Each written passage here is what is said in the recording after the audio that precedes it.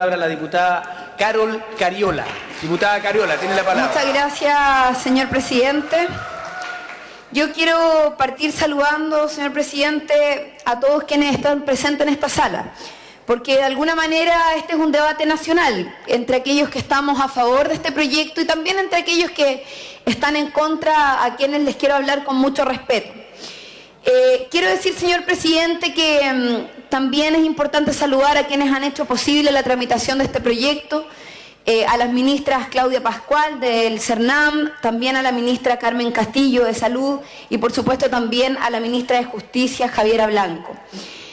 Quiero saludar, por supuesto, señor presidente, a todas las organizaciones que han sido parte de la tramitación de este proyecto, a la Corporación Humana, a Miles, al Colegio de Matronas, a la Comunidad Mujer, al MEMT, al Observatorio de Género y Equidad, a la Asociación de Magistrados de Chile, a los profesionales, a los académicos y a todas las mujeres y hombres que han sido parte, y a todas las personas que han sido parte de este complejo ejercicio democrático que ha sido manifestar posiciones con referencia a un proyecto tan complejo y debatido. Este es un proyecto de ley que claramente tiene particularidades, no es como cualquiera. De lo contrario, no concitaría, señor presidente, la opinión pública de la manera que lo hace, ni enfrentaría posiciones con tanta vehemencia. Esto pasa cada vez que se habla de los derechos de la mujer, desde la dura oposición de los sectores conservadores al derecho a voto de la mujer, hasta el enfrentamiento con los grandes empresarios por la consecución de los derechos laborales. Siempre hemos debido ganar el espacio que nos corresponde a pulso y luchando con todo. Hoy no es la excepción. Aprobar este proyecto de ley es una necesidad que ha sido recogida por la ciudadanía, que apoya en más de un 80% la moción, pues hemos comprendido su valor y significado en términos sanitarios y de protección de derechos. Es difícil calcular, señor presidente, la cantidad de interrupciones de embarazo que se producen anualmente en Chile. Esto debido a que el aborto está penalizado en todas las circunstancias. Otros países con penalización total son El Salvador, Haití, Honduras, Nicaragua y Surinam. No mencionamos el Vaticano porque no tiene hospitales ni red pública. Sin embargo, hay que decir que está en un país donde la interrupción voluntaria del embarazo se permite hasta los 90 días como regla general y en el caso de riesgo de la madre o inviabilidad fetal se extiende hasta las 22 semanas, me refiero a Italia. En el caso chileno y tomando las cifras oficiales, señor presidente, el Ministerio de Salud se incluyen en el gobierno anterior, se realizan más de 33.000 abortos clandestinos por año, es decir, 90 abortos diarios en promedio. Otros estudios, como el del Instituto Chileno de Medicina Reproductiva, estiman la cifra de 60.000 a 70.000. Es más, hay autores como el académico de la Facultad de Medicina de la Universidad de Chile, Ramiro Molina, que estableció que los hospitales públicos egresan entre el 2001 y 2010 un promedio de 34.000 casos de aborto al año. De esos, el 40%, señor presidente, son voluntarios. Y por cada aborto en el hospital hay otros 10 desconocidos, estableciendo que existen entre 130.000 y 180.000 abortos clandestinos por fuera de la red de salud en Chile. Todas estas cifras, señor presidente, dan cuenta de que la interrupción voluntaria del embarazo es en primer lugar un asunto de salud pública, cuya ocurrencia y efectos no son en ningún caso deseables, pero que frente a ello no podemos esconder la cabeza y negar una realidad por decreto, ni mucho menos haciendo vista gorda de algo que en este país se trató de esconder desde el año 89.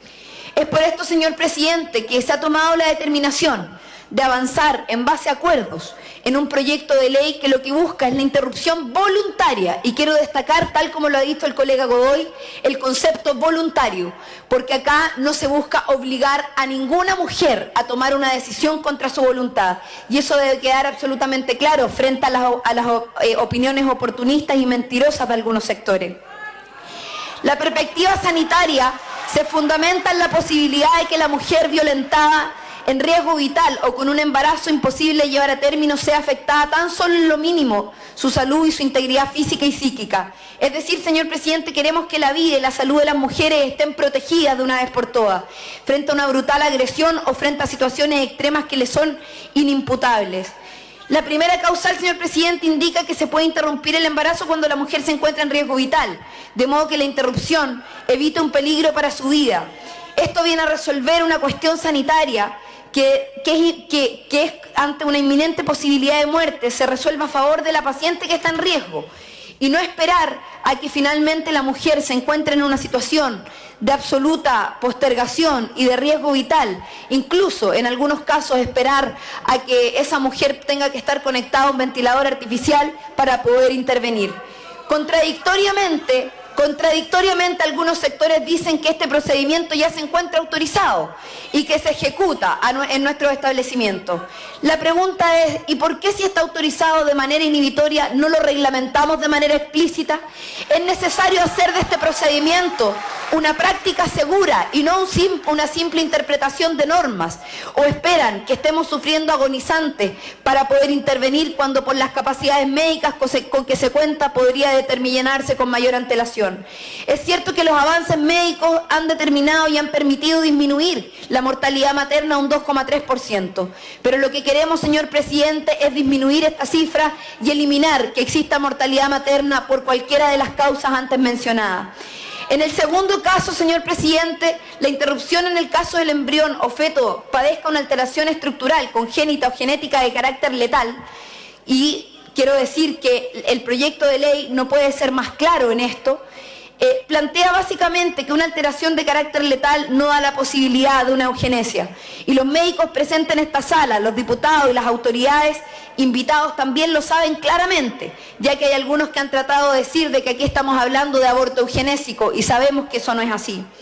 Estamos hablando de inviabilidad, señor presidente. Sabemos a ciencia cierta que la supervivencia de ese embrión ha sido descartada. De eso se trata la segunda causal. Y aquí, señor presidente, se ha tratado de desvirtuar este debate, tratando de anteponer incluso un listado de patologías que sabemos que evoluciona con el tiempo.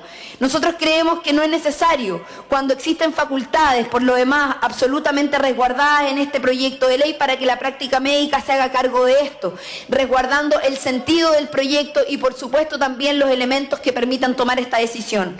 Respecto a la tercera causal, señor presidente, claramente es la más debatida y compleja. Hemos escuchado expresiones brutales en torno a este tema.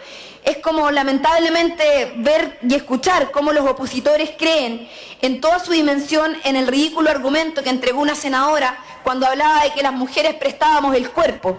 Debemos entender que nuestro cuerpo es objeto de diversión, que debe ser prestado contra nuestra voluntad para ser un juguete sexual y ser forzado a embarazarnos.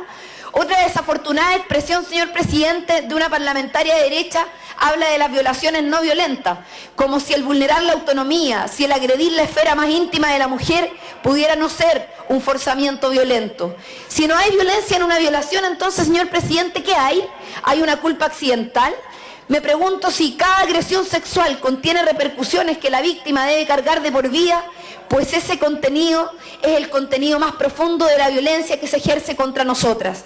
Entre el año 2010 y el 2014, señor presidente, la Fiscalía Nacional registró 11.848 causas de violación a mujeres, de las cuales más del 60% fueron archivadas provisionalmente. Y le quiero decir, señor presidente, que con total pena y con la brutal consecuencia de lo que esto significa, que de las cifras del Consejo Nacional de la Infancia indican que el año 2015, del total nacional de delitos contra menores de edad, 18.615 fueron víctimas de delitos sexuales. Es decir, señor presidente, el 51,9% de las violaciones que se producen en Chile ocurren en menores de 14 años. Eso no nos puede dejar indiferentes frente a esta determinación. La mujer, señor presidente, no puede ser obligada a embarazarse. Los mismos argumentos que dan hoy los que en contra de este proyecto, lo esgrimieron contra los anticonceptivos de emergencia, lo esgrimieron contra las jornadas de conversación sobre afectividad y sexualidad, lo esgrimieron contra las campañas del uso del preservativo. Para aquellos que están en contra, señor presidente, el embarazo, la procreación es un derecho del hombre, que se puede ejercer cuando ellos quieran, como quieran y donde quieran, sin importar nuestra voluntad como mujeres. Para ellos, señor presidente, la mujer definitivamente es un cuerpo que prestar y no una persona con derechos plenos. Es lamentable, señor presidente, porque la verdad de las cosas es que es un debate que nos ha puesto y nos ha dispuesto en una falsa posición de quienes están por la vida y quienes supuestamente estaríamos contra la vida. Creo, señor presidente, que lo básico de ese debate mentiroso, abusivo, da cuenta de que lamentablemente hay un sector político que no ha querido estar a la altura de un debate tan profundo como este, con perspectiva de derechos y con perspectiva sanitaria. Debemos saludar, señor presidente, la disposición del Ejecutivo a incluir los programas de apoyo y diagnóstico y también de acompañamiento, tal como lo requerían nuestros colegas que propusieron esta moción. El programa Chile Crece Contigo y el sector intersectorial de protección social estarán a disposición de todas las mujeres en situación de embarazos vulnerables de nuestro país, sin importar si desean o no interrumpir su embarazo, pues no se condicionará en ningún caso su decisión. Y estamos convencidos, y lo dijimos en todo el debate, tanto aquellas mujeres en cualquiera de estas tres causales que decidan seguir adelante con su embarazo deben ser apoyadas de la misma manera como aquellas mujeres que decidan interrumpir. Y creemos que eso no puede distinguirse, señor presidente, porque es un derecho completamente adquirido. Señor presidente, quisiera terminar diciendo que algunos han dicho que el proyecto que penaliza el aborto en cualquier causal hoy día en Chile no ha traído consecuencias penales para las mujeres. Sin embargo, yo le quiero decir, señor presidente, que solo en el 2014 se iniciaron 174 investigaciones judiciales por aborto consentido. 113 de ellas fueron mujeres y del total de 398 registrados por la Defensoría Penal Pública, 288 imputadas fueron mujeres, menos de la mitad, es decir, 110 imputados fueron hombres y que fueron quienes obtuvieron las condenas menores. Según la misma Defensoría Penal Pública, en sus investigaciones han determinado que un aborto clandestino tiene un valor de 40.000 o hasta 4 millones de pesos, dependiendo de si el que practica es una persona sin título o un facultativo médico. Señor presidente, con esta cifra podemos deducir que la interrupción voluntaria del embarazo hoy en Chile es un delito que criminaliza a las mujeres. Por lo tanto, al modificar el Código Penal y el Código Sanitario, estamos abriendo paso también a una justicia de género.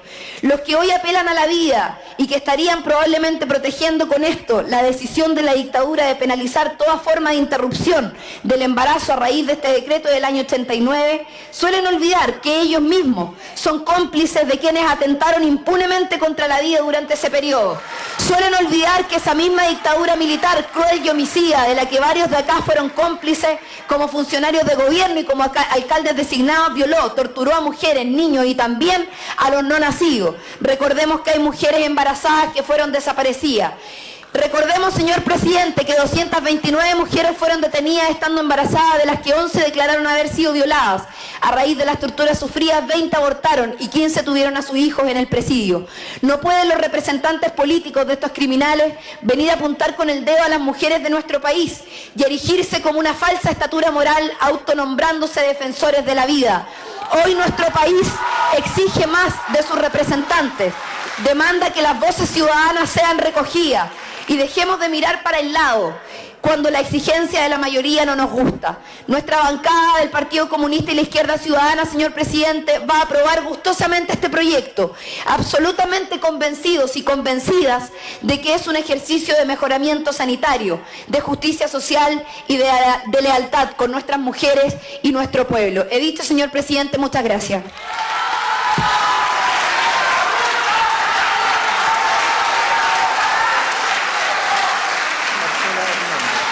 Muchas gracias, diputada Carola. En el tiempo del Partido Radical Socialdemócrata tiene la palabra la doctora Marcela Hernández.